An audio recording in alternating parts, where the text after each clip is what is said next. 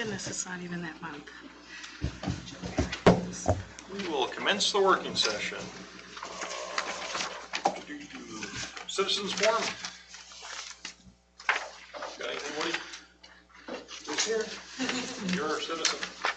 I guess failing. Woody doesn't have anything for us, then we'll go right into board committees. I don't think we had any Other than finance. We didn't do school, no. Forest. I did not attend the forestry. I don't No, think we there had wasn't one. Yep. And Sheen will probably cover the finance one, so we'll just skip over that, and we'll slide right into the superintendent report.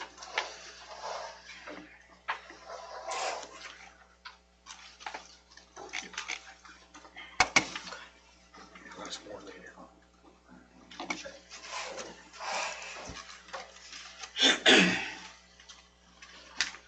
kind of fighting a cold, so you'll have to excuse me if I start hacking and wheezing and stuff, but I'll try to breathe and get through this.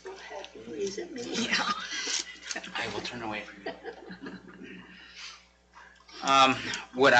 My presentation tonight is going to be a little bit different order than what was in the board packet. Cover the same material, but in a little different order.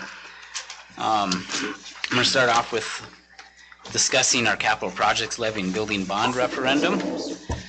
As we know, our recent survey demonstrated strong community support for addressing our district's facility needs, with over 80% of respondents and 66% of the comparison group agreeing. The board at our last special meeting sounded pretty much unanimous in support of the $4 million building bond referendum. However, questions remain about our operating revenue needs and the proposed $400,000 capital project levy, which I'll abbreviate as CPL moving forward.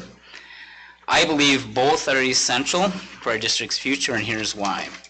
Our district faces a critical financial situation with an annual deficit estimate of $856,603, and this is based on our FY23 audit numbers with 473 pupil units and with no budget cuts. Primary causes for our deficit: number one is the state per pupil funding has lagged inflation, creating nearly $605,000 shortfall. Our 24-25 allowance of $7,281 per pupil should be $8,637 to match inflation since 2003. And that's a chart that was shown several times. It was in the survey. We have about an $1,800 gap between our pupil expenses and our pupil revenue. Also, declining enrollment has created an estimated loss of $450,000 over the last 5 years. We have 31 fewer students since 2019. But when you spread that out over 5 years, average is 5 years a kid, or 5 kids a year, which doesn't seem like a lot, but it does compound. Slow decline enrollment, while seemingly small, has a compound effect. For example, if we drop 10 students, this creates a loss of over $72,000 in a year. Because this decline usually falls across different grades, it limits our ability to make proportional staff or program cuts, as the loss doesn't typically align with class or program structures. So even though we're losing those dollars, we can't necessarily cut a class because there might be 2 from second grade and more from a high school class. So it's challenging for smaller schools, especially with slow declining enrollment, to make the necessary reductions in a timely manner. In the last few years, we have implemented around $920,000 in budget cuts. FY24, fiscal year 24, we restructured elementary to K5, moved 6th grade to junior high, which either eliminated or helped us absorb up to 3 positions.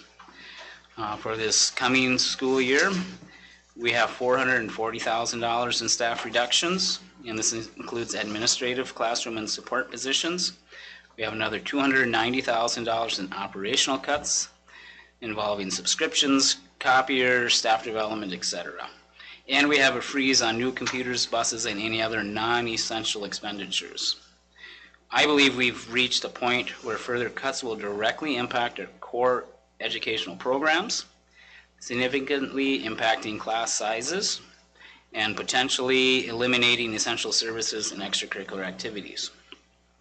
The current spending freeze on technology and buses and equipment, for example, is not a sustainable long-term answer. Since 2001, we've sought voter approval for operating revenue increases 4 times, with 3 successes. Our current operating revenue remains at $748.24 per pupil, which includes the board-approved $724 local optional revenue and the $24.24 voter-approved operating levy. This amount has been unchanged since 2016. When we look at the tax impact comparison on a $185 home, the current total Lake of the Woods school tax is $535 per year and is the second lowest in our region.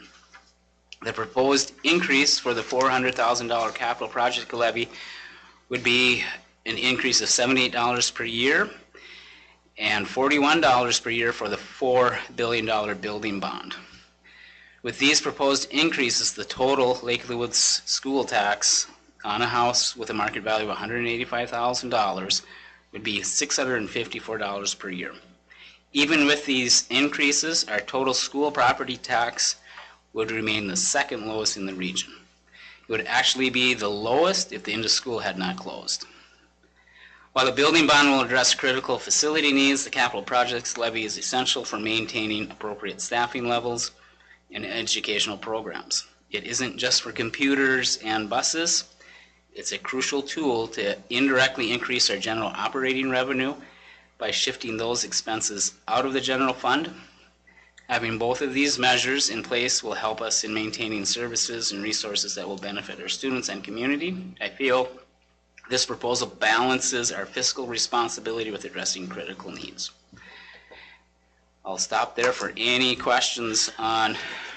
So just as a reminder for myself, that's a 5-year, that capital project levy is a 5-year levy, right? It's a 10-year levy. 10-year, so it's 10 levy. years. I couldn't remember. Mm-hmm. Good thing I asked. When you say region, I mean, can you give me a, Let me see if I have it with me.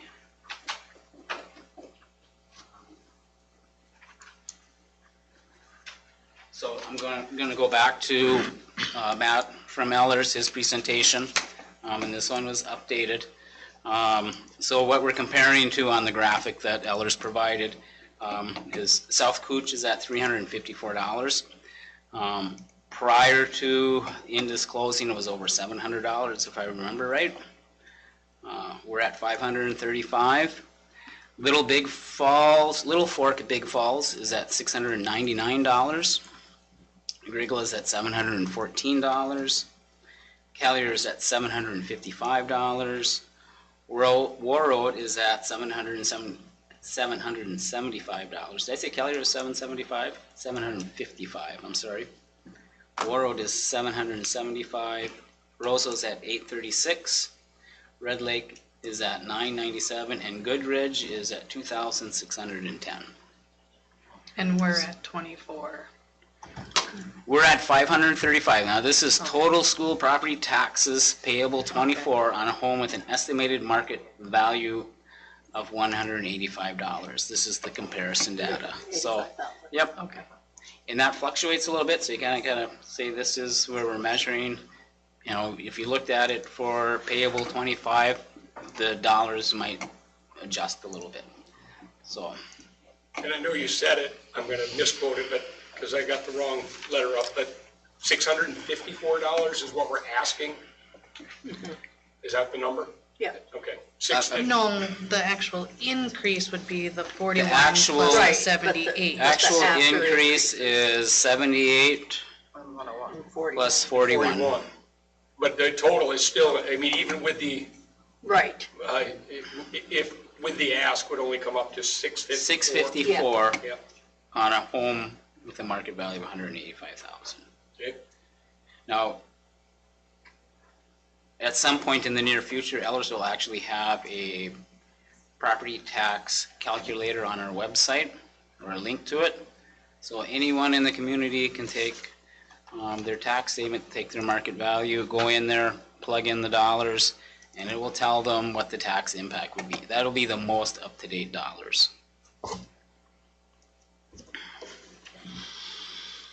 Any other questions? the CPL, I understand the convenience of it, but I hope that in our discussions with the public, everything gets laid out as capital projects levy.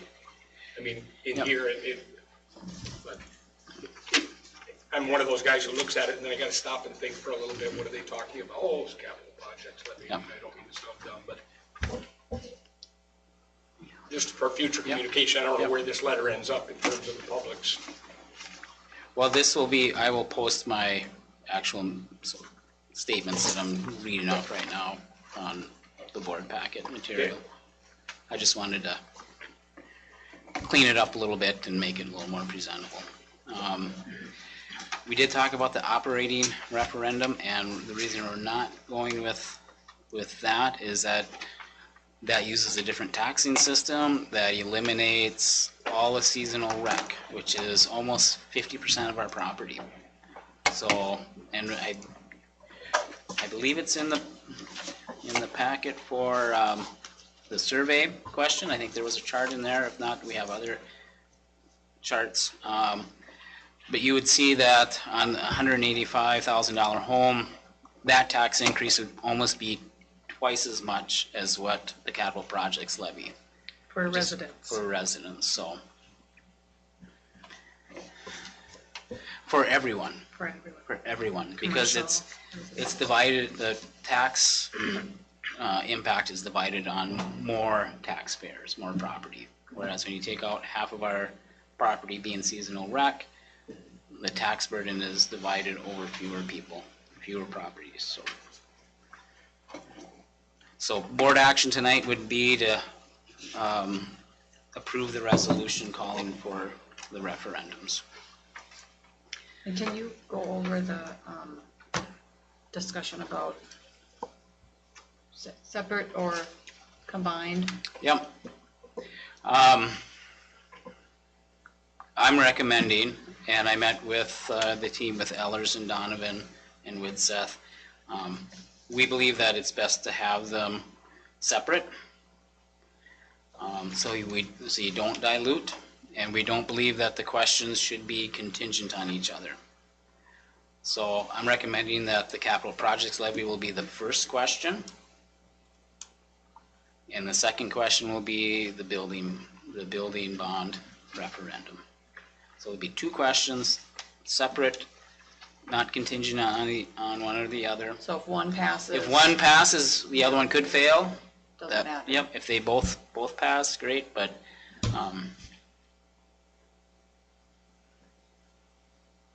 so.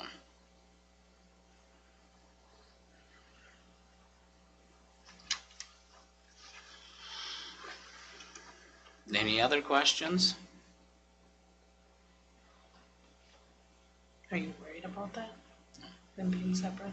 No. And how the capital projects levy works is, if it passed, we would have a reserve fund set up for that. And Sheena, jump in if you have anything to add. So it doesn't mean that we have to spend $400,000 every year. We would have a budget plan. We would use our current updated technology cycle for replacement of computers and different technology. Buses, we would have our cycle for replacement of buses. So it's not necessarily we're going to go buy a whole bunch of new stuff. This is taking our buses, computers, textbooks, some staff positions, and using this money to cover those expenses and keeping that money in our general fund where we have more flexibility to spend it on. And then not use it or lose it. No, you can run a carry it fund forward. balance, You know, our facility assessment had over $7 million worth of projects. We're only going to the taxpayers for a portion of that. It could be where some of those projects could be funded with the capital projects levy. When you look at the ballot question, it's fairly broad, but it is regulated. And if there's something that is on there that wasn't defined in the ballot question, we have to get approval through MDE. So I have one more question about that. You said some staff, and like the IT staff is not like a help desk person, it's a, No, it's it the director. could be the Okay. help desk Okay. position. It could Okay. be the technology supervisor. Okay, I wasn't sure on that. It possibly could be part of our data, student data position, because a lot of that is working using technology and software and subscriptions and stuff like that. So that's one of those questions, you know, when it's something that's in a gray area, that's where you have to consult with MDE and get approval. Anything you want to add on to what I just said?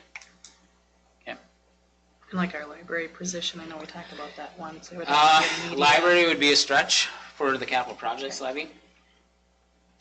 Unless that person taught technology classes, but we do have a grant, We do have, or not a grant, but a reserve fund, so, yeah. But if a person teaches a technology class, part of their salary for the portion that they teach technology could be used for this. Oh, I didn't know because she does all the online stuff, A doesn't she? portion of that might qualify, yeah.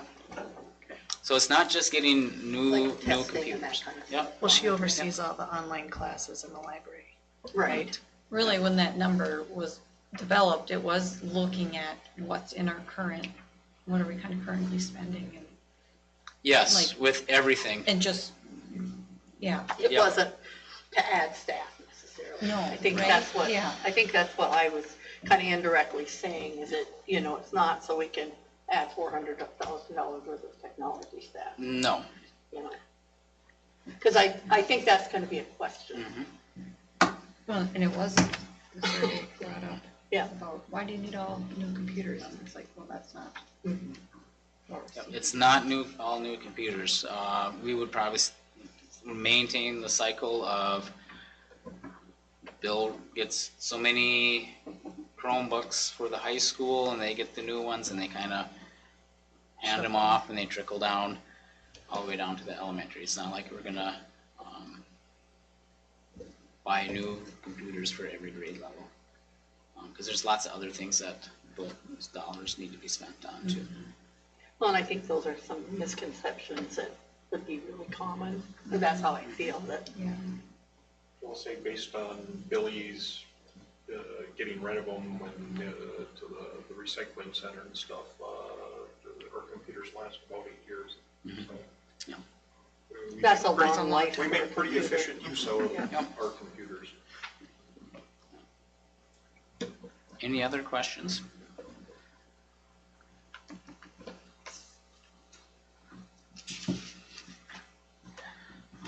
The next item I have is on the long-term facility maintenance plan.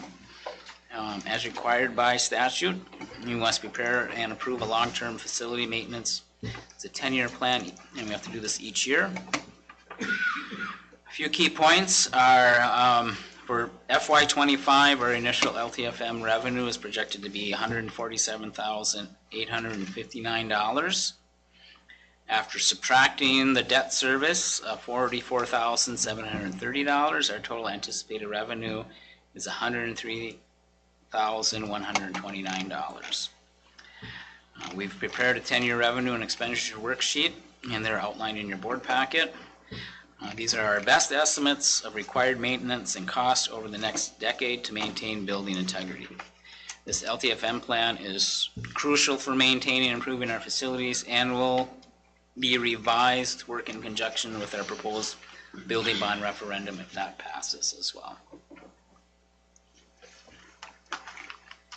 Any questions on that? I just have a question on the LTFM plan. How does the assessment that Widseth did.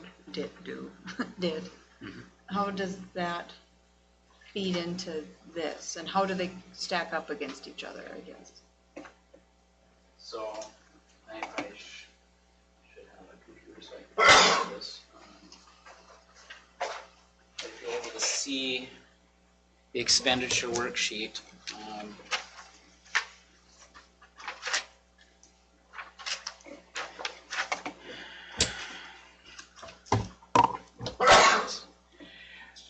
the expenditure worksheet, there's several categories. Category 1 is health and safety, and that's required that we maintain a health and safety plan.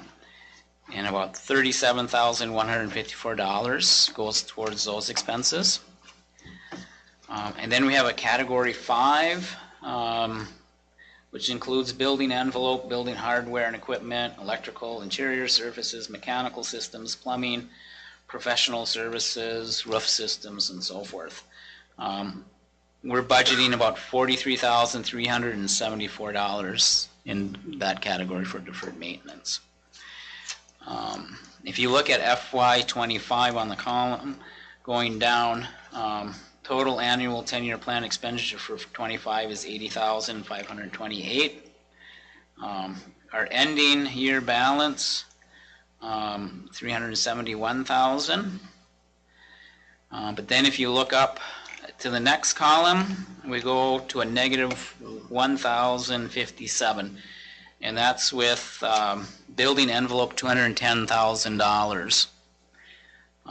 And that's spread over the next 2 years at $210,000, and then $175,000, and then it goes to $5,000 per year. So that's taking care of the tuck pointing. Building envelope, that might be the windows, or would that be under the hardware and equipment? On the category 5, I believe it probably would be the windows would be included into that. But So that's where we budgeted, started putting in. All right, we're gonna replace X number of windows. This year. This is what's gonna cost. And if you look at this 10-year plan, and if we meet most of those things that were in that Widseth, by 2034 will be $1,562,722 in the hole. So that shows that what we get for our LTFM this year, it's $103,000. This is not enough to keep pace with the needs of replacing windows, fixing the roof, doing the tuck pointing, and those types of things. Does that answer your question? Yes. Okay. Yes. Can you repeat that figure for the 10 years in the whole? Just like, $1,562,722. And keep in mind, when you do anything 10 years out, it is okay. it's a very loose estimate. What do you think? I think you said it a little goofy. It's 1,562,000. Okay. 722. What did I say? Something a little bit different. 722 cents. Cents, yeah. I'm sorry. That's just give me an accurate figure. Yeah. Project, we'll put in the thing. Yep. Over $1 million Yeah. in the negative. You know, Yep. Over $1.5 million. Because Yeah. that was And it happens pretty quick. You look at, and this chart is in the board packet, and it's our expenditures. And again, those are just best estimates. We work with Brian Bolter. Kind of helped even back when Rita was here, setting this up and kind of projecting things. But it's really a guess of what things are going to cost. We do know from the Widseth that we got to replace the windows. That's not a guess anymore. We have some roof things that need to be done, tuck pointing, and so forth. Any other questions?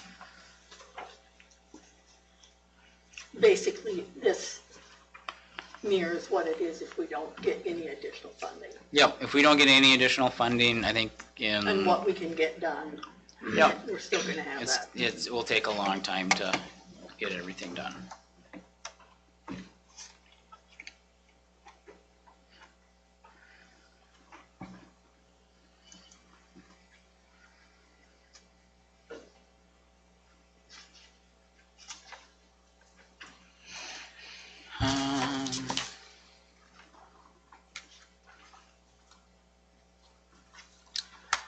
My next item, school board member resignation and school board election reminders.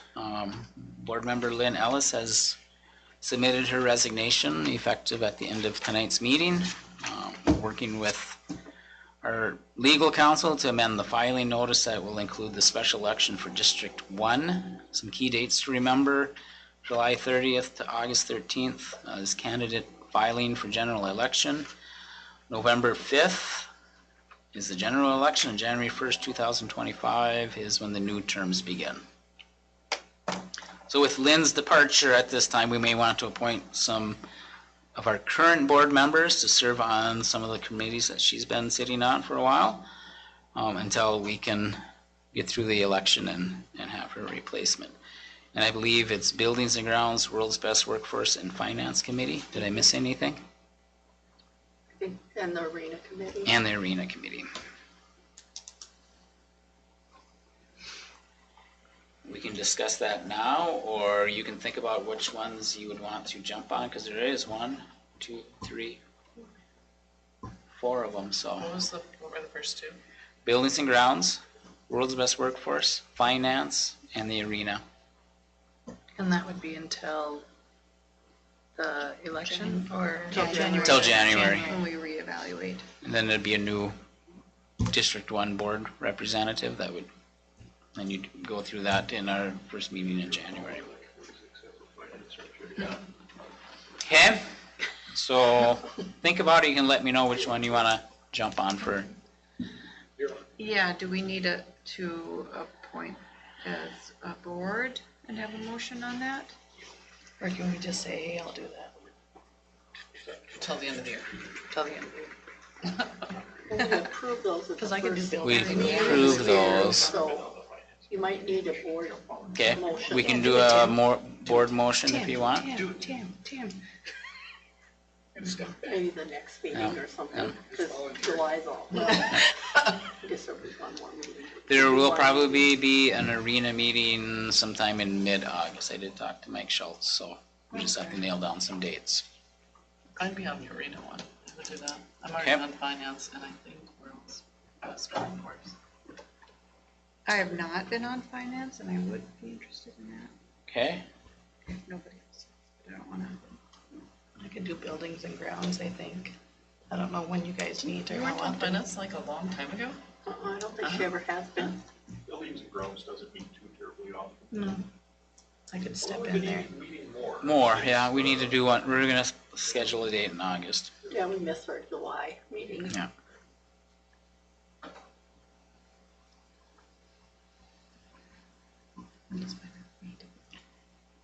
At 5 before every board meeting. And I think all of these No. committees, It changed. It did change.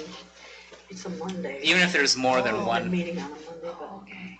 like the first Monday of the month, kind of, right? what's First that? Monday of the month, finance has been trying to meet. We didn't do Um, July. We're gonna try to do the Monday before the board meeting The Monday before the at board 4 meeting. o'clock.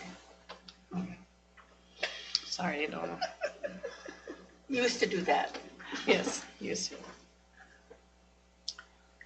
And I think there's several board members on the World's Best Workforce, so I think Tim is. you're already On on all it. of those except for finance, and Corinne stepped up, so Okay. I'm out of this. I'll be on the arena twice, if that works. I like it so You much. are on That's there, Yeah, Yeah. because it's combined with Buildings and Grounds. yeah. So we did it twice. All right, so I will write up a crib sheet for adding that at the end. We'll add that to the Just add agenda. that to the agenda. Okay. My next item is line of credit renewal with Border Bank. We're recommending the renewal of our line of credit with Border Bank to ensure sufficient cash flow for payroll and expenses. This is a short-term safety net for the 24-25 school year with a maximum advance of $350,000. And the terms and conditions are the same as the previous one. Gina is working with Matt Hammer right now to develop a cash flow schedule to determine the need and process for a potential aid anticipation loan. which usually gives a lower rate for the schools. It's just as a safety net to get through the year. Staffing update, we're currently seeking a new business manager. We received 2 applicants so far and plan to run the job post through August 2nd with interviews to follow. Who is on the hiring? Normally in the past, it's always been the people that serve on the finance committee. So it's you. Didn't know what to sign. Walked into that one. Upcoming events, August 6th is National Night Out event. And I bring that up. That would be a good opportunity, whether it's through the board or administration, to have a presence there. Hopefully by then we can have some handouts and some specific information on our upcoming referendums. So just keep that in mind, and if you're available that night, let me know, and we'll go from there. August 19th, Finance Committee meeting at 4. August 26th is a school board working session at 6, followed by a regular meeting at 7. I may try to schedule a policy committee meeting sometime mid to late August, but I will send out those notices and get that posted. That's all I have, unless you have questions for me. I didn't know if you wanted to note who was actually in the general election, because you just noted Lynn. You didn't say what So, other districts were, okay, just to put it out there. put it out there. Does that make, So, you know what I'm saying? They're all out there. Well, I know, but he didn't say Oh, it, he didn't say it, yeah. because we got caught up with Oh. assigning. And you've got Trask listed twice. do I? Yeah. That's why I didn't Yeah, here, go doesn't it? off of that one. Here, this one. Gotta get it in the I mean, recording. Here. Yeah. Okay. It would be me. Yep, so Yeah. District The 2 Gray is State Johnson, District 5 is Lyon, District 3 is Trask, District 1 is Ellis. I get everyone? All right, thank you.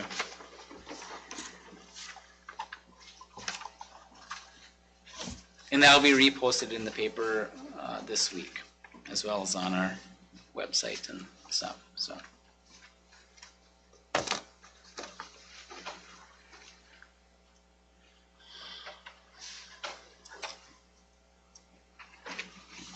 All right. It's already moving. Good evening. We have a pre-K parent meeting similar to the kindergarten parent meeting we did, and Sam's going to talk more about that when she does her report. Student handbooks is probably the big one for tonight. There's a separate elementary handbook and high school handbook, so 2 separate ones. I wanted to keep them, I kept the covers the same because I really wanted to have the cohesiveness between the two. And a lot is repeated. Elementary, obviously, because of certain things with high school students, doesn't have as many pages to it, but probably the biggest, and I'm going to call it just some tweaking and change in there. All schools are now required to have cell phone policies, which we did. But there's been really a lot of research done, a lot of work put into it. My Principals Association has come up with a cell phone toolkit, which honestly with our cell phone policy was pretty well put in place, but the biggest change for many, many schools throughout the state is going to be implementing no cell phones during the school day. That was for kindergarten. In the handbooks, I am proposing that it is pre-K through 8th grade, no cell phones during the school day. 9th through 12th graders would be allowed to have them during noon hour, but need to be out of sight, out of place. The one thing when the handbooks were handed out to you Friday that I added today, because I received the document after the board packets went out, was for extenuating circumstances. So there's just a couple lines in there. For example, if you would have a student who has diabetes, and that's how the monitoring is done on it. So that would be the one exception. They would still be expected to follow all the rules of not using it. And when you look at the research done, there's really 4 main areas that focus on the rationale behind this. One is to improve academic performance. It would better the classroom environment, enhance mental health, and support effective teaching. And that, like I said, would be the one thing. Nothing would change as far as if a parent needs to get a hold of a student. You call the office, we look up where they are and would get a hold of them. So all of that communication would remain the same. If it's something that is not urgent, it would remain like we do it now with message up on the monitor, just tells the student that they have a message in the office. So we aren't sharing that information, but it lets them know that they need to come to the office for a message. Before I go on with my rest of my report, do you have questions about that or comments? Yes? I do. Just how I'm just curious about pushback from parents and how this will be messaged out, because I do feel like it is a new expectation, and parents are and grandparents are very used to getting a response from their kids during the daytime, or schedule change or anything like that. So can we make some extra effort? So it'll be twofold. I've started a parent letter that I was going to send out regardless of this, which I'll be sending out with the, we're excited for the new school year and just some housekeeping stuff in it. So I would definitely have details on it, about it on there. Every parent and student, when they first go into Synergy, and this is every school year, they need to click on and acknowledge that they're accepting the student handbook. Addition of that this year will be elementary, which I'll include that and explain that.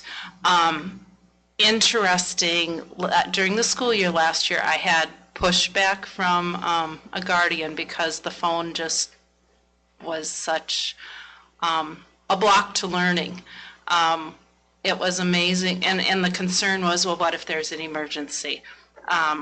Long story short, they did agree with us, and the phone was taken away, and it solved so many problems, grades increased, and they came to realize, yes, we are going to get a hold of the student immediately if that needs to be the case. So it's just a step like we used to do all the time. Call the office and the office will get a hold of the student. We certainly are not going to inhibit any of that if we need to get a message to a kid.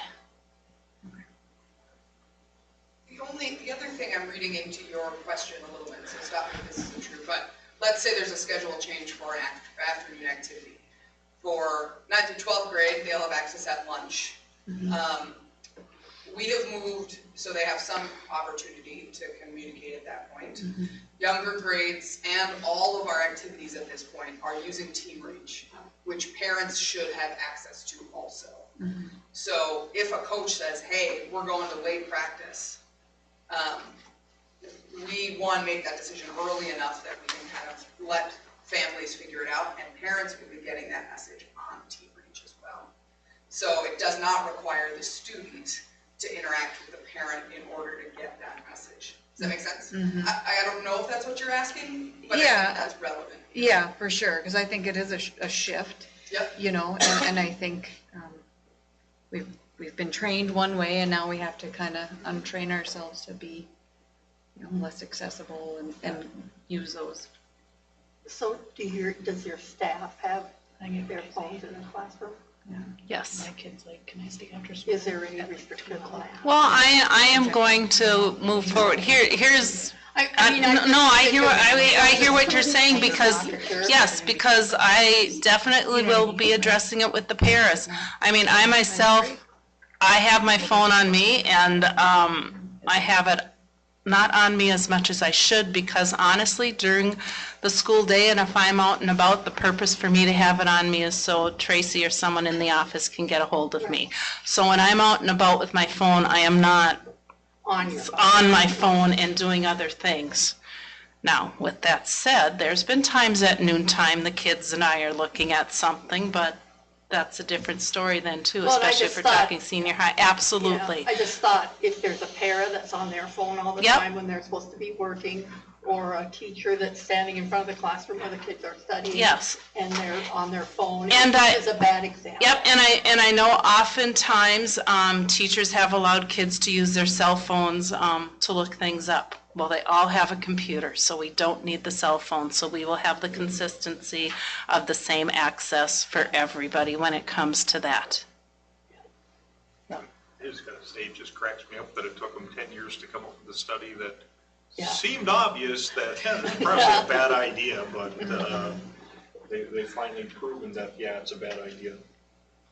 That's how I feel about it too, obviously. I Well, just the think- unfortunate part is in that time, everybody's gotten very accustomed Yep. to using them all the time. Right. Yeah. Right. Anything else with that? So elementary and high school schedules and high school classes are all put on Synergy, and we will open that for parents and students to view August 1st. So then they will have access, and then that'd be after we download the handbooks also. Started to work on schedule for the staff in service on August 26th to 28th, so looking forward to that. And we will have our open house on Wednesday evening, the 28th, so it won't interfere with any activities for any of the students or any of our coaches. And we'll do a 6th grade orientation at 5 o'clock and then 9th grade orientation at 5:30. And all that kind of information will also be included in my letter. One thing I don't have on here, which you brought up, was World's Best Workforce. That is changing. So I can't even remember what it is now going to be called, but it has something to do with compliance and curriculum and student achievement and success. So I have a feeling the document will be put on hold for a while, whoever our new and continuing committee members are. But I'll keep you posted as soon as I learn more about that. And that is all I have. Do you have any other questions? Okay, thank you. Thank you. Jeff, the other committee I was on was the calendar committee. That's only a once-a-year meeting, but. That's the one I always get the email for, so I think I'm on it, but I don't think I'm on I it. don't think you are. Maybe you So should then I've be on messaged it. you every year, and I've been like, am I on this?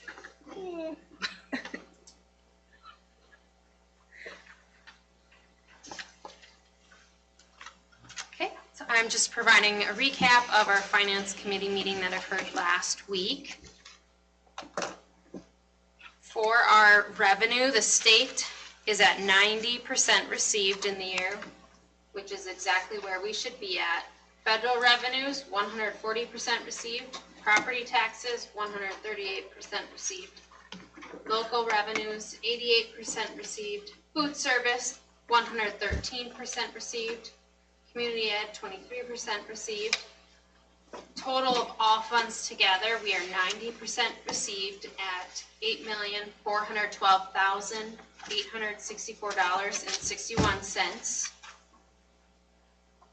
Our Title 401 quarter 4 draw will occur this month. I have to run my quarter 4 expense report, and I'll start balancing all our UFARs for the end of the year. That revenue that we receive in July will be pushed back to June or FY24. For our expenditures for the year, salaries and wages are 105% expended. Employee benefits are 100% expended. Purchase services, 92% expended. Supplies, 120% expended. Capital equipment, 129% expended. Food service, 117% expended.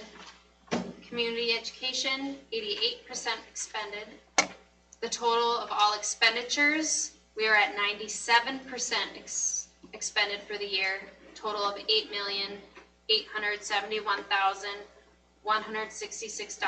$8,871,166.62. So overall, we currently have a deficit of $458,302.01. So coming up now with audit, I'll be calculating our last state aid payment. Usually in the past, that can be anywhere from $400,000 to $600,000. So once that's calculated, I'll create a receivable. And that revenue that we receive from the state in usually September, October, we actually move it into FY24. So just considering that late state aid payment that we'll be getting, even if it was $400,000, we should be sitting very close to what we budgeted. We had budgeted a deficit of $77,752. So we should be very close to that by the end of the year. We still have a lot of movement that needs to occur. We have a few deposits, even in July, that will need to be moved to June. And then there's things in June that will need to be moved to FY25. We have expenditures that will be shifting between the 2 years. So a lot of that's just going to take place the next 2 months. Just me working on audit, and once I have everything completed, the auditors will come in and require us to move a few things too. But like food service, right now we are actually balancing. I think we should have a little bit of a profit in food service. We'll be getting some more revenue now in July that we moved back to June. So food service will be profitable for the year, which is good. We still have a fund balance in our food service account. So that's good news. So now in July, all staff is getting their new contracted benefits, pay, all of that. And then I still have some programming to do. Insurance cards were received at the starting of the month. All their new deductions, everything was programmed. Today I completed our Q2 941s, as well as our Minnesota state sales tax was taken care of for Q2. I am working on our unemployment file. That should be done tomorrow. We also have our PCORI, basically covered lives insurance tax payment due, which is very small, but we have to report that every year. So that will be done tomorrow also. I am working on an insurance audit for SFM insurance and Wright Specialty Insurance. So there are insurance companies and they ask to receive our 941s for the whole year. They want to see information on staff, our final audit. So I take all this information and send them, and then they make any adjustments to our insurance that needs to be made. We would probably maybe have an adjustment with EMC from last year, but usually it's not much. So, and then benefits were all done, but now I'm working with AFLAC to schedule open enrollment for starting the school year too. She just reached out to me last week. And I'm trying to think if I forgot anything else. Student activity reports were sent. The class of 2024 has not officially made their final decision on what to do with funds, but we have talked about it. So the last credit card statement will be posted, so the last of their expenses, so then we'll be able to clear out their account this month or next month. So, questions? Just one quick thing in case anyone's listening online or whatever. There were a number of those items where they were over 100%, and that's because you were referencing that against the budget. So Yep. they were either we had more income or no more expenses relative to what we had anticipated in the budget. Just wanted to clarify that. Yes, yep, that is correct. So, if you look at like our expenditures overall, we're at 97% expended when we factor in everything together, and then revenues 90%. So we are slightly over budget when you factor in everything together, but like revenues were under budgeted a little bit too. So I still feel we're gonna finish out the year very close to budget, so it should be good. We don't have to worry about pay anything back to the state like we had the prior year that we really had that unknown what was gonna happen. I'll just calculate our last state aid payment and I'll go through the county taxes too and make sure everything's coded where it should be. And then once I figure out our last state aid payment, then I divide out our revenue based on whether it's like basic skills, LTFM, staff development, and then I go through our expenditures and I match them to the revenues. And our goal this year is to just spend down our fund balances so that way we can build up our unassigned fund balance. We're really trying to stay out of SOD. We were very close at the end of last year. I think we'll be close this year, but I'm really hoping we stay out of SOD. It'll just bypass a lot of paperwork, but just end of the year, we're looking pretty good, so. Then that kind of comes down to that final payment, which on the low side, based on history, we will be right in where we budgeted. And if it's anything more than that, we'll actually be better than our We'll be budget. better than our budget. And that's usually our goal, is to be better than our budget, so. And the fact you're communicating with the auditors at an appropriate time makes you feel a little better about it, right?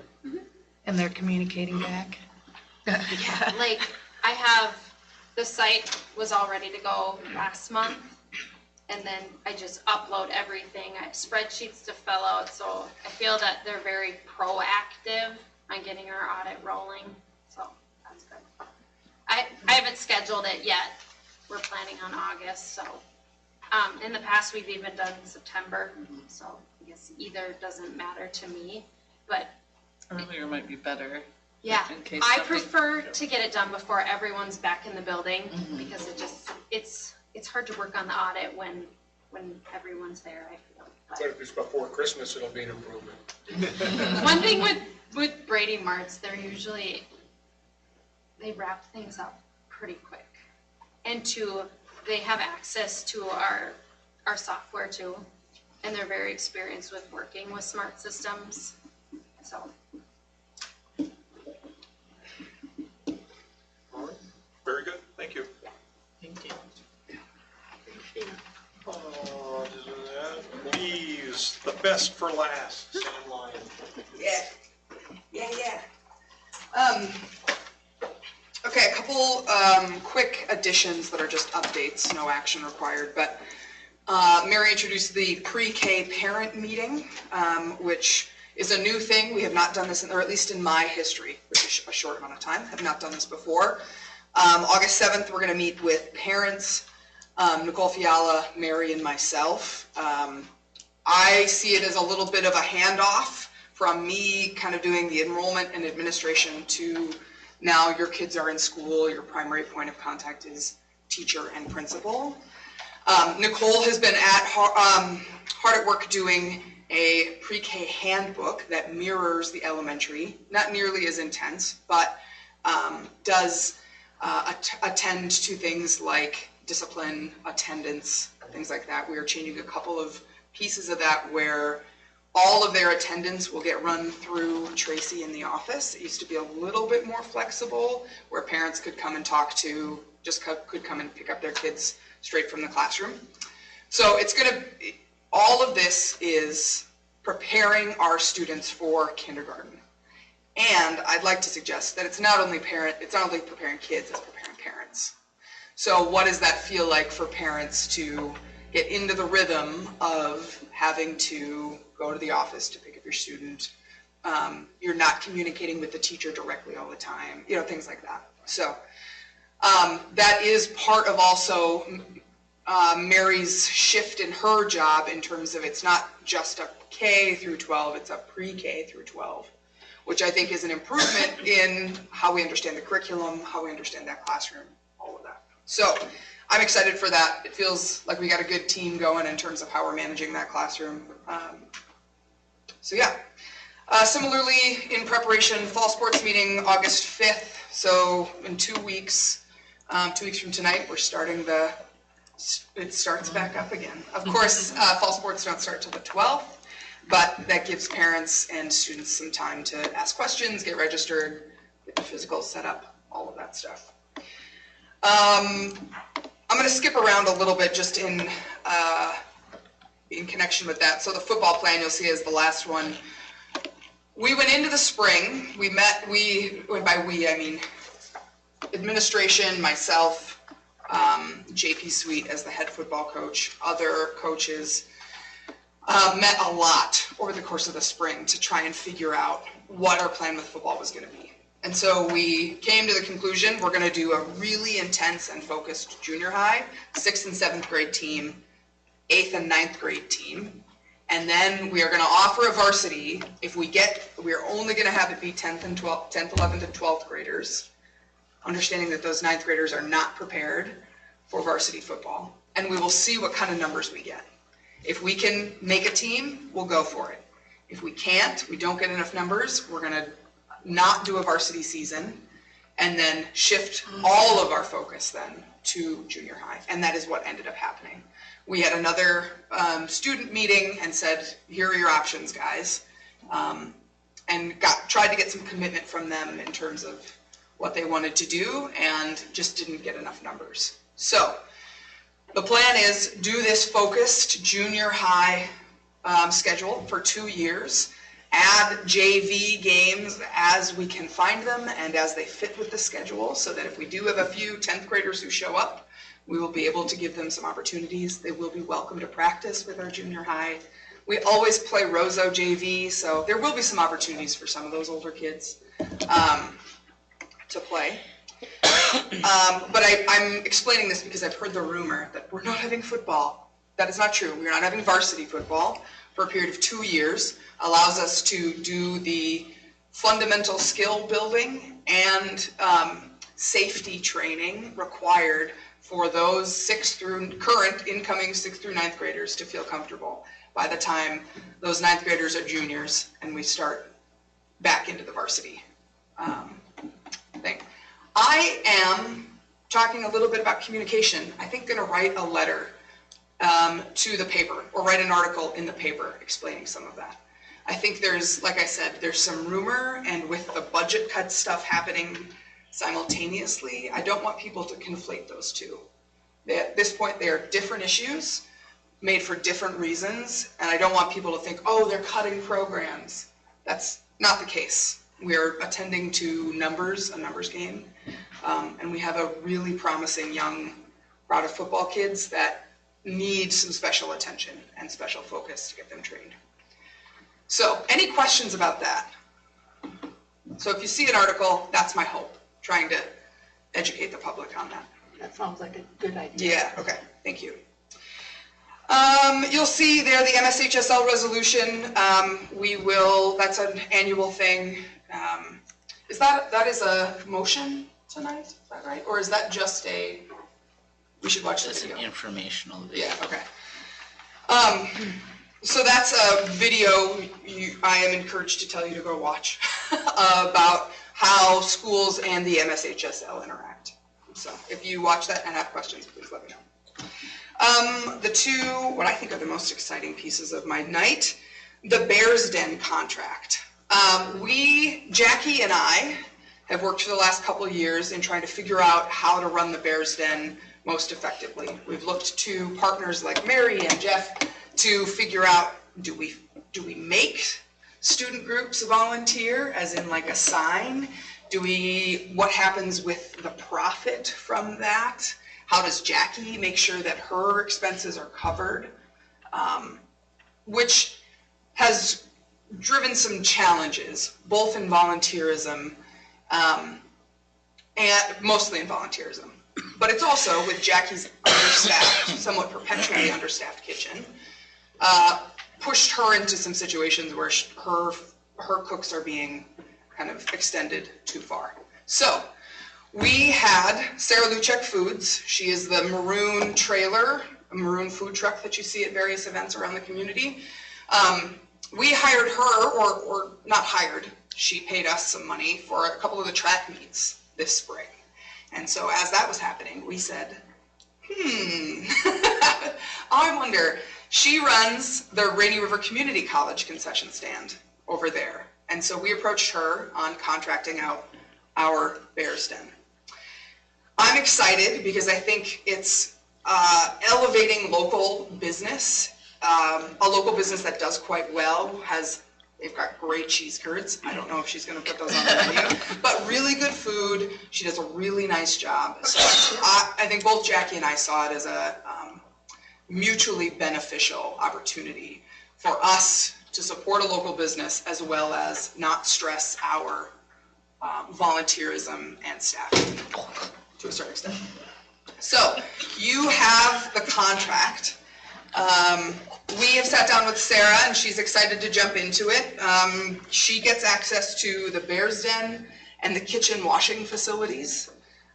She manages all of her own food, all of her own ordering, putting away, things like that. She'll have a square top thing so you can use a credit card. But all of that is her profit, what she sells on a night. She pays us $50 a night for the use. We did a per night rate because then if a game gets canceled or moved or whatever, then it's a very clear number. So that she's paying electricity, power, all of that stuff. This contract is mirrored off of our daycare contract, so it's very similar language. The typo I have to correct, which we probably have to correct in all of our daycare language contracts too. So I'm excited about that. I think there potentially will be some feathers ruffled based on price. She is not going to be able to offer the same low prices that our kitchen did. And so we've got some ideas on how to market that. Some positive some positive, here's a new and exciting opportunity at the Bears Den.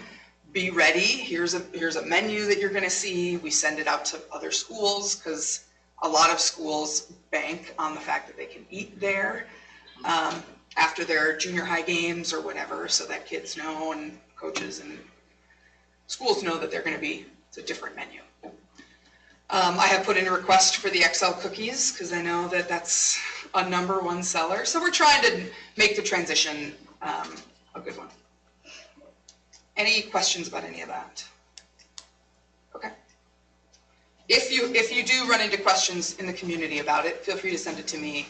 Like I said, we're figuring out the kind of marketing on this here in the next month or so before school starts, but yeah, I'm excited about that. And then we have appointed an assistant activities director, or hired an assistant activities director in TJ Frericks, and a C-team volleyball coach in Kayla Johnson. That is Kayla Johnson. So quite excited about both of those. I think there will be great additions to the activities department. TJ and I have worked closely both via baseball and summer ball this summer. So I feel confident that he is going to do a great job. He is also, just to recap, a lot of you have heard me say this, but for anybody new, the intention is that he will be taking over a lot of Mary's time as a game supervisor. Mary, thankfully, took a lot of those game supervision things where one of us as admin has to be at a home game. With her additional work, she will step away from that. Might be willing to be at tickets or things when it works. But TJ will take on kind of her half of that. I do the other half of that. So, yeah, I'm excited about it. TJ and I work well together, and I think it'll be a good shift. Anything else? Going back to the Bears Den. Yeah. I get sending out a menu to all the other schools, but what do you mean by helping them market? Oh, I think like using our Facebook page to prepare people for a change in menu. I mean, they're paying, I don't know this exactly, but what, $3, $4 for a cheeseburger? Yeah. I'm imagining it's gonna be significantly more expensive. Maybe like $6, $7 for a cheeseburger. She's got bigger burgers, they're a little more filling. I just don't want people to show up to the first volleyball. This is what I'm imagining. People show up to the first volleyball game and they don't have enough money to buy what they thought they were gonna buy.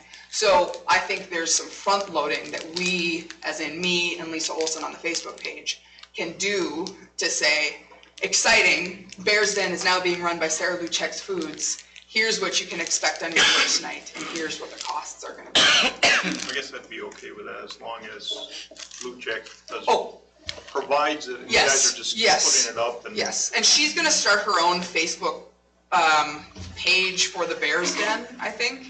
So she has to kind of, we're gonna talk about the specifics of that, but it would likely just be us sharing that also. So yes, all of that is her own business. We don't do any of the creation of the menu or the deciding of the prices. We've asked her to keep it as reasonable as possible. And she knows what this menu was, so I think she understands what she's facing. The other nice thing is, though, again, she's gonna have a Square system, like computer system, so you will be able to use cards. Woohoo! And you said she does it at Rainey? Yeah, yeah. So, I mean, Yes, she should know. Yeah, she Yeah. knows It what has she's some getting concept of. Yeah, And I think, but it's not gonna be a conflict, right? no, it's Rainy River Community College. Oh, Yeah, so she's got, Marcus, I think, runs that system over there. okay. So she's So managing. there's not gonna be a night she's not gonna be able to be here because she has to be there. And I've given her the schedule and everything. So she's, of course, with the caveat, all those things change always. But that's the expectation, is that she, in signing this contract, is providing concession services for all of our home volleyball and basketball games and other events. We've talked about, I think Mary's gonna reach out to see if there are other events that she'd be willing to open it up for, whether it's like, I don't wanna, Go ahead. like an orientation night or a conference night. Maybe not a full menu, but you're here with your kids anyway, why don't you be able to get them dinner? So, I think it's worth trying. worth trying. I think that's exactly how Jackie and I see it. It's like a good opportunity. And again, like I said, a local business who, and she's got grandkids in the school system, feels like a good, mutually beneficial agreement. So. No, the benefits are on her, but so is all the risk, so. Right, exactly, and she carries her own food, serve safe license, right, she's got her own insurance. All of that is like, I didn't include that, but is a part of the contract Yeah. that she signed, I looked so. at the contract a little bit. Yeah. Yeah, so she's, and things, if something gets, if we have an oven that goes down, trying to figure out who's responsible, of course, it's gonna be as in good faith as we can, but she's renting it from us, leasing it from us. Okay, well, thank you, appreciate it. Thank you. That works out. All right, anybody need a break? Go once, going twice. And we'll call the meeting to order at 7:09. Pledge of allegiance.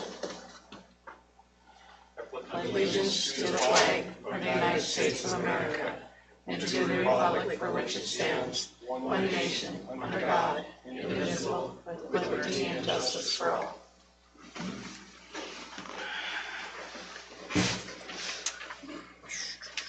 I need a motion and a second to approve the June 24th, 2024 meeting agenda.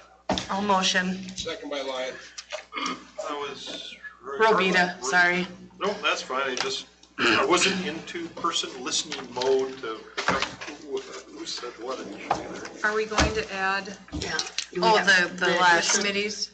The committee. is Yeah, on it there. was, That would yeah, Number, letter B.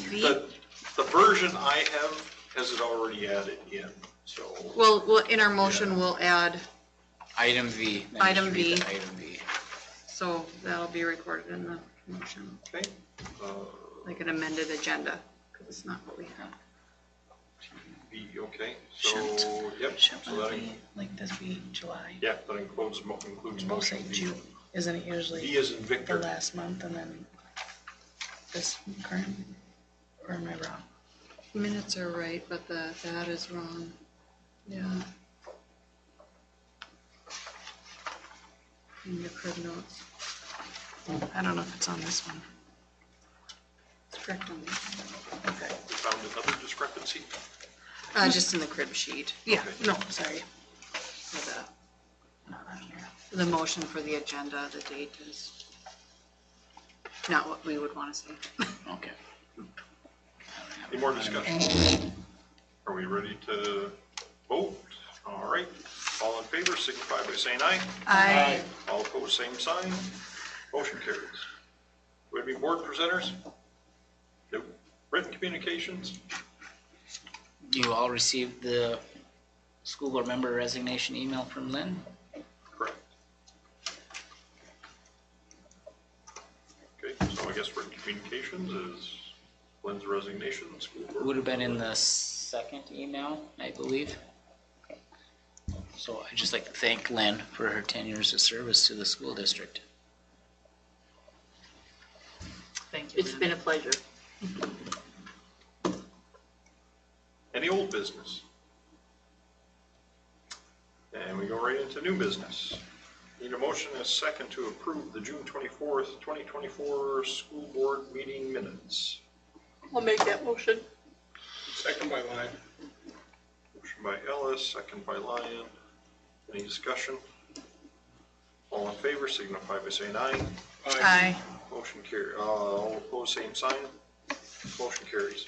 Need a motion and a second to approve the invoices, financial statements, bank reconciliation, wire transfers, and purchase card statement. Motion by line. Second by Rabita. Lyon, second by Rabita. Any discussion? All in favor signify by saying aye. Aye. All opposed, same sign. Motion carries. Need approval of personnel appointments. Need a motion and a second to approve the resignation and appointments as presented. The appointments are TJ Fryrix, Assistant Activities Director. I'll make that motion. I'll Motion second. by Ellis, second by Sonstegard. Any discussion? Where do we approve the resignation? You don't? It's a new position. You're No, you're talking me. about Lynn. Lynn, Oh, I don't think you have that. we don't have to accept. I it don't from think him? you have to. I don't think so. I don't think that takes board action. Okay. What about the volleyball? I thought Sam mentioned a volleyball position?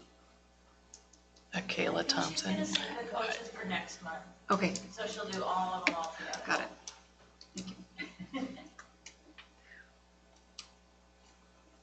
Any more discussion? All in, motion second. All in favor signify by saying aye. Aye. All opposed, same sign. Motion carries. Need a motion and a second to approve resolution 2024/2025-01, accepting the donation of $238 from the Women of the Moose Chapter 1096 for the Calming Corners. I'll make a motion. Motion by Sonstegard, Second by line. second by Lyon. Any discussion? Thank you very much, Women of the Moose Chapter. All in favor signify by saying aye. Aye. All opposed, same sign. Motion carried. Need a motion and a second to approve resolution 2024/2025-02, accepting a donation of $1,891.02 worth of supplies from the Lake of the Woods chapter of the Salvation Army for the Calming Corners. I'll make that motion. Motion Trask. by Rabita. Second by line. It was motioned by Trask. Oh, it's Trask? Yeah, sorry, he's not doing well on the voice. It is in there some in that general motion. Sorry. Oh, no. Motion by Trask, second by Lyon. Any further discussion? All in favor, signify by saying aye. Aye. Aye. All opposed, same sign. Motion carries. There's the back side. With a motion and a second to approve resolution 2024/2025-03, accepting a donation of $100 worth of supplies from Nilo O'Connell for the Calming Corners. I'll make a motion. Motion by Sonstegard. Second by Ellis. line. Oops. Give it to Lyon right That's here. fine. Any discussion? Are the calming, we've got 3 in a row, and I see there's another one down there. Are we out there actively seeking the donations? Is that why? Because last meeting we had the same thing, or is just the public aware of our need for something like this and are stepping up? How does that No, work? I think Joyce made it pretty clear they're out there They solicited donations, I think, didn't they? Yes. And it was, we initially last year applied for a grant for this, and we did not get the grant, and Mrs. Bethel is so passionate about providing this for all of our students, so my excitement seeing this means we'll be able to extend it to the high school students with the additional funding. But that's Joyce's effort. when we went Yes, there. absolutely, Okay. and I it's just wanted to 100% her acknowledge effort to that. take this on. Any further discussion? All in favor, signify by saying aye. Aye. All opposed, same sign. Motion carries. And we need a motion and a second to approve resolution 2024/2025-04, accepting a donation of $656 from the Lake of the Woods Soil and Water Conservation District for the Bears in the Bog Field Trip plus driver wages and fuel. I'll make that motion. Robita will second. Motion by Ellis, second by Robita. Any discussion? Thanks, Soil and Water. All in favor, signify by saying aye. Aye. All opposed, same sign. Motion carries. Need a motion and a second to approve the Elementary Student Handbook 2024-2025. Robita will motion. Lyle, second. Second by Lyon, Robita, motion. Any discussion? All in favor, signify by saying aye. Aye. All opposed, same sign. Motion carries. Need a motion and a second to approve the High School Student Handbook 2024-2025. Motion by Lyon. Motion by Lyon, Robin. second by Sanskar.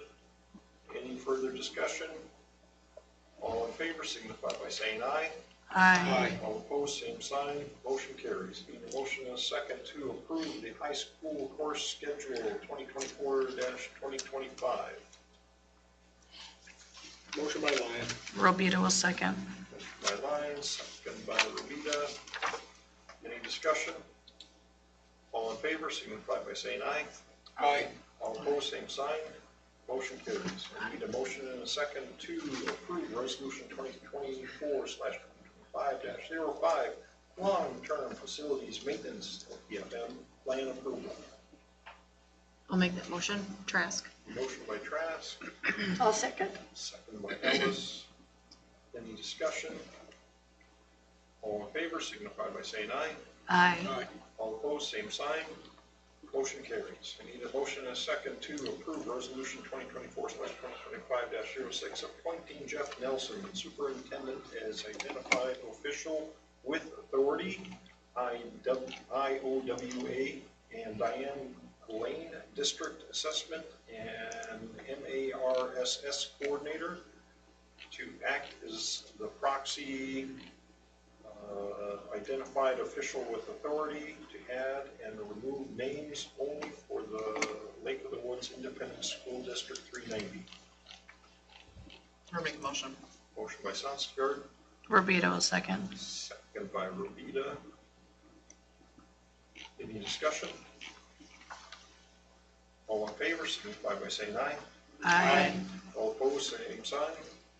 Motion carries. Need a motion and a second to approve resolution 2024/2025-07, authorizing the district to enter into a line of credit agreement with Border Bank.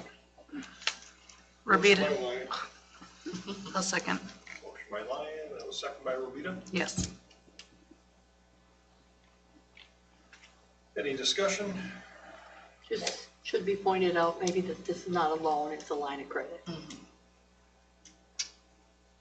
I mean, just the same thing we just got done, it just, that Just extending ended, we're that. just Yep. redoing that same. Yes, yes, There you go. Yeah, nothing like additional. no. Yep. As an aside to that, You know, with it's the only headline last year. used when as they needed, messed the if headline up, needed, Said it was basically a loan. Yep. Right.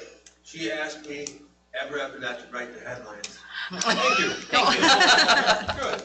And that's why we keep emphasizing line of credit.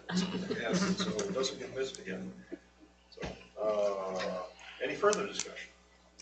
All in favor, signify by saying aye. Aye. All opposed, same sign. Motion carries. Need a motion and a second to approve Sarah Luchek Foods LLC as the contractor for the Bears Den. Rubito motion. Motion by I'll Rubita, second. second by Sonstigard. Any discussion? All in favor signify by saying aye.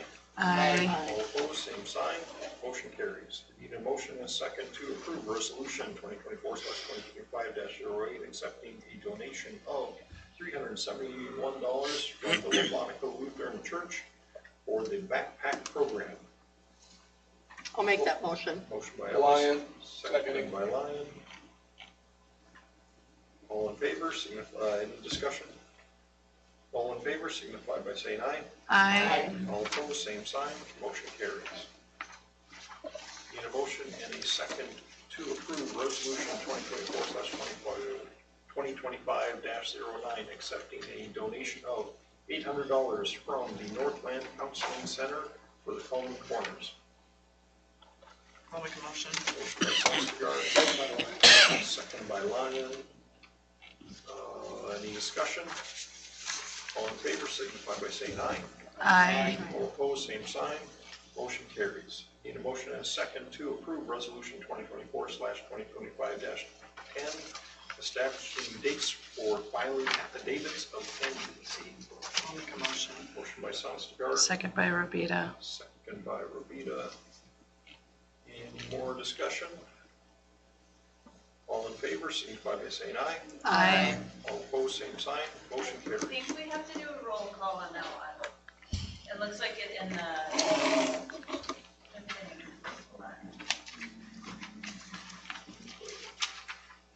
Yeah.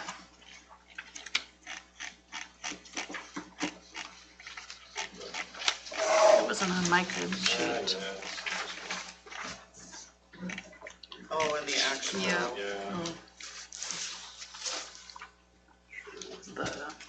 The resolution. Yeah. Yeah. And the next one. Which one were you still? You just did this one. Oh, that was pretty Q. good. Affidavit from candidacy. Yeah. When in doubt, make it happen. Yeah, these, we do that.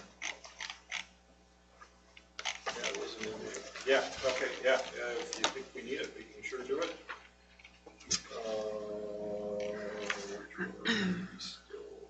Okay.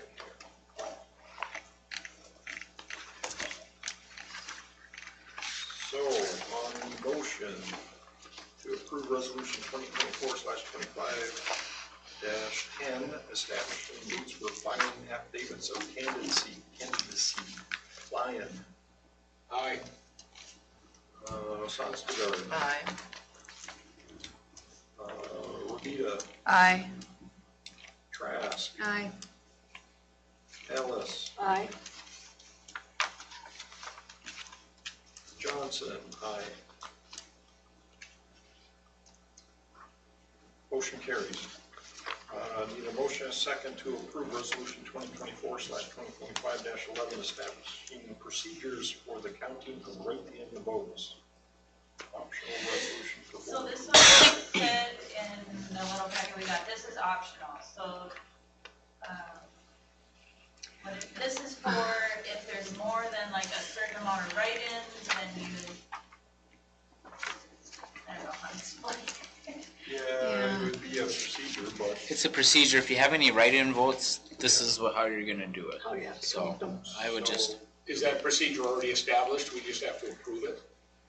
Or do we have to? no, this is establishing the procedure on how the board would count write-in ballots. That we would agree to, for instance, do it manually at a board meeting, something like that? No, it's determining how, at the courthouse or wherever they actually count the votes, how we want them to count them. And at what point they would have to count the write-in votes, if you read. Right.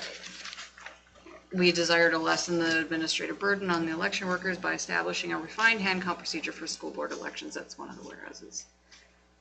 So, And by making it optional where we didn't do anything, what does that Well, it first says suggest? here, And number You have one, to- write-in votes for an individual candidate seeking election to a seat on the school board will only be individually recorded if the total number of write-in votes for that office is equal or greater than the fewest number of non-write-in votes for a ballot candidate.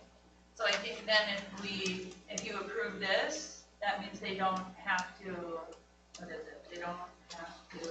Like if there was 3 votes for the candidate and 3 votes for the write-in, you'd have to count. You'd have to count it and then put it down. But if there's 100 votes for the candidate and 3 for the write-ins, you don't have to count. Yeah. Or with whatever procedure we come up with. So if we Yeah. skip the optional, then it defaults to. Then they have to They count. have to count. So it's just a way to lessen their administrative burden, basically. Well, as long as we have something figured out, then we can provide it. You don't have to do this one. Yeah. I would make a motion to approve this resolution. Yeah, and That's my motion, to approve this resolution. Well, you're making the motion and I'll second that, and then we can discuss or vote on it, I guess. Motion by Trask, second by Lyon. Back into discussion.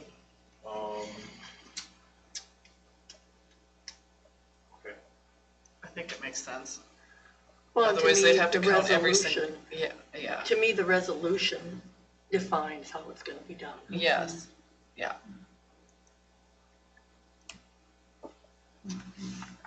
good, yeah, And then this is a roll call vote. okay. Roll call vote, Lyon. Can you give me 1 second to write down all your names? Sorry. I should have written these down.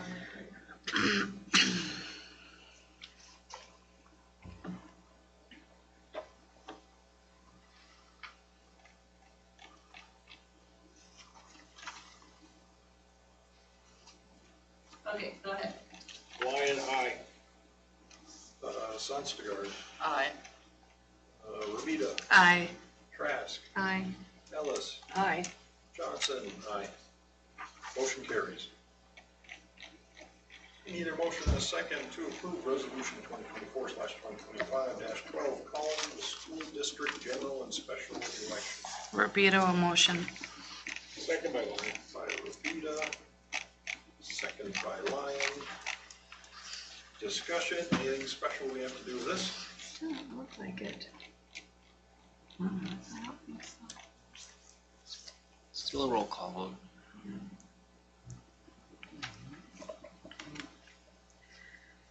All right, are you ready? Go ahead. Lyon, Aye. Sonstegard, Aye. Rapida, Aye. Trask, Aye. Ellis, Aye. and Johnson, aye. Motion carries. Need a motion and a second to approve resolution 2024-2025-13 relating to approving a capital project levy authorizing the issuance of school building bonds and calling a special election. Motion by Lyon. Second by Rabita. Lyon, second by Lobita. And discussion with that. Is this also a roll call vote? Yes.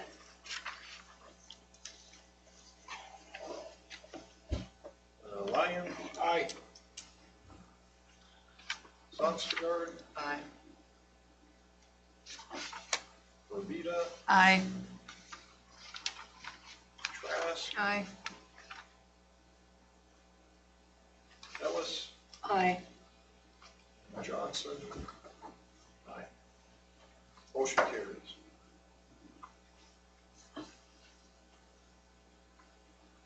Oh, where are we at? Need a motion and a second to approve resolution 2024/2025-14, accepting a donation of $500 from the Northwestern Minnesota Manufacturers Association for the Lake of the Woods School Welding/Robotics programs. Motion by Lyon. Motion by Lyon, I'll second. second by Sonstegard. Any discussion with that? All in favor, signify by saying aye. Aye. All opposed, same sign. All disagreeing, same sign. Motion carries. We need a motion and a second to approve the following committee appointments to be effective through December 31st, 2024. Finance Committee. Who are we appointing to Trask? Buildings and Grounds Committee. I can do that, Carla. The Arena Committee. I could do that one. You're not already on? Nope. Good. Yeah, that's good. The World's Best Workforce Committee. I think I'm already on it, I think. You're not on it. Well, I can do it if it needs to. Or Vita. Check it And out. Calendar Committee. Never done it. You suppose I could step into that because I'm not on You it. probably won't even have to do anything, right? Because you don't meet No, till, we don't meet until the spring usually, yeah, so. so, you know, easy gauge. In case Just in case. it's an emergency calendar Just a situation. calendar meeting. Way to volunteer. All right, to Who's got the World's Best Workforce? Carla. Robita. Gotcha, thank you. To recap, Go check it Finance out. Committee, we will be appointing Trask. Buildings and Ground Committee, Revita. The Arena Committee, Sonstagard. World's Best Workforce Committee, or its replacement, Revita. And the Calendar Committee, Lion. All in favor, signify by saying aye. Aye. All opposed, same sign. Motion carried. Who made the first and the second on that, the motion? I don't think Think we did anybody that does part. that. Yeah. Boyd did. You didn't have the lines to fill in. I think Johnson made the motion. With the motion Second. and a second, we'll back up a little bit. Motion and a second for. I'll make that motion. Apparently we're tired. Yep. Lion second. For all the other stuff, all opposed, all in favor, signify by saying aye. Aye. All opposed, same sign. Now the motion carries. You have to switch that out. It's like all opposed, signify by saying aye, and tell me, see how many people I can catch. And unless there's anything else. I have one thing. I misspoke. I don't think everyone got a copy of Lynn's resignation letter. It was on the agenda, but I don't think it got stuck in the packet. It happens. I thought Can Lynn I? was just No, the only one who. I should have caught that. But we Can I all, read it out loud, or would you like to read it? Or You can read it. I'd like the board and the community to hear Yeah. what you said, and it will get stuck in the board packet for. Okay. So it says, I would like to formally submit my resignation from the board for the school district 390 effective 7/22/24 following the board meeting. I had initially planned on serving until December 31st, 2024, but I decided it would be best to give the voters a chance to choose a board member for District 1 at the November election. I will continue to support the school and am hopeful that the funding will be approved in the November election. I fully support the building bond and will also support the capital projects if it can be clearly defined to the voters. I have appreciated serving on the board and wish all of you the best in the future years. Respectfully, Lynette Ellis. If I don't close the meeting.